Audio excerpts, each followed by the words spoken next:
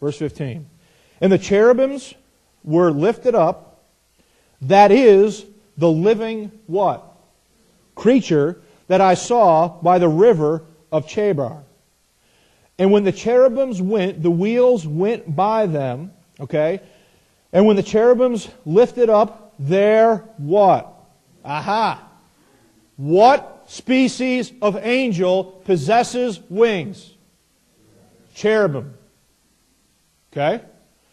It is false to say that the entire angelic creation have wings. They do not. There is two specific classes of angelic beings that possess and were created with wings, and one of them are cherubim. Okay? Now, notice there, for the sake of time, in verse 15, that it calls them living what? Creatures. Come with me to chapter 1 of Ezekiel. So we know from the other verse that a cherubim is properly referred to also as a living what? Creature, and that it has what? Wings. Ezekiel chapter 1 verse 4. And I looked, and behold, a whirlwind came out of the north, a great cloud, and a fire enfolding itself, and a brightness was about it. And out of the midst thereof, as the color of amber, out of the midst of fire. Also, out of the midst thereof came the likeness of four living what? Creatures. And this was their appearance. They had the likeness of a what? Oh, isn't that interesting? They had the likeness of a man. And every one had four faces. And every one had four wings. And their feet were straight, and so on and so forth. Drop down to verse 9. The wings were joined one to the other, and they turned not when they went. And they went every one straight forward. Verse 10. As for the likeness of their faces, they four had the face of a man, and the face of a lion on the right, and they had the face of an ox on the left, and they four had the face of what? An eagle. So what do we know about them? They look like men, they have wings, and they have four faces, right? The face of a man, a lion, an ox, and a what? And an eagle. Got it? Hold your hand there. Come with me to Revelation chapter 4. Revelation chapter 4.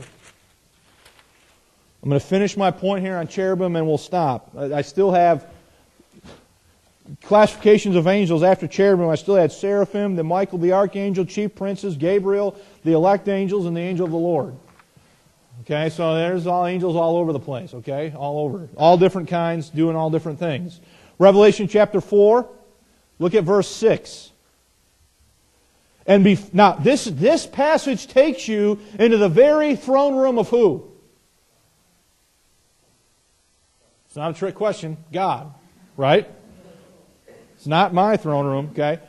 Verse 6, and before the throne was a sea of glass like unto crystal, and in the midst of the throne, and round about the throne were what? Four beasts, full of eyes, before and behind. And the first beast was like a what? Where'd you read that? And the second beast was like a calf. And the third beast had the face of what? A man. And the fourth beast was like a flying what? Now the four creatures, living creatures that we saw in Ezekiel chapter 1, they had the face of a man, the face of a lion, the face of an ox, and the face of a what? Eagle. And they had wings, did they not? Verse 8. And the four beasts, each of them, how many wings? Who are standing around the four corners of the throne of God?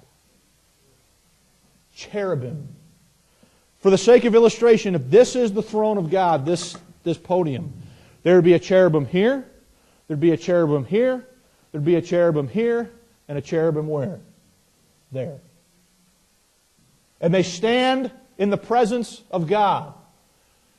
The significance of this should not be missed.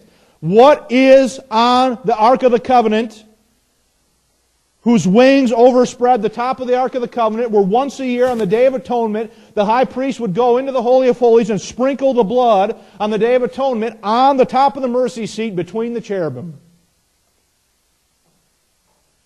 Do you think that was a coincidence? That when God tells Israel where to bring the sacrifice on the Day of Atonement, they walk in to a place they can only go into once a year, where the Shekinah glory of God dwelt between the cherubim. And they sprinkled the blood where? Right there. Why? Because that seat was a direct correspondent of the real seat and throne of God that exists where? In heaven. Okay? And it is surrounded by 4 what? 4 cherubim. Now, we're almost done here, I promise. If this thing will work, we're almost done. We don't turn there. The cherubim are first mentioned in Genesis chapter 3, verse 24, where they guard mankind's access to the Garden of Eden and the tree of life. What happens if sinful man goes and eats from the tree of life? He's going to live forever in his what? So God guards access to the tree of life by placing flaming cherubim with swords to guard the access. Go look it up. Genesis chapter 23, verse 24. Now, come back with me to Ezekiel chapter 28. Now listen to me. What are standing on the 4 corners of the throne of God? Cherubims. What is one of the distinguishing features that make cherubim different from the rest of the angelic order? They have what? Wings. Keep that in mind. Ezekiel chapter 28,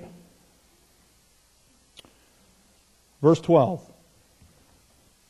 Son of man, take up a lamentation upon the king of Tyrus, and say unto him, Thus saith the Lord God, Thou sealest up the sum, full of wisdom and perfect in beauty. Verse 13, Thou hast been in Eden, the garden of God. Who was in the garden of God? Adam, Eve, God, and who else? Satan.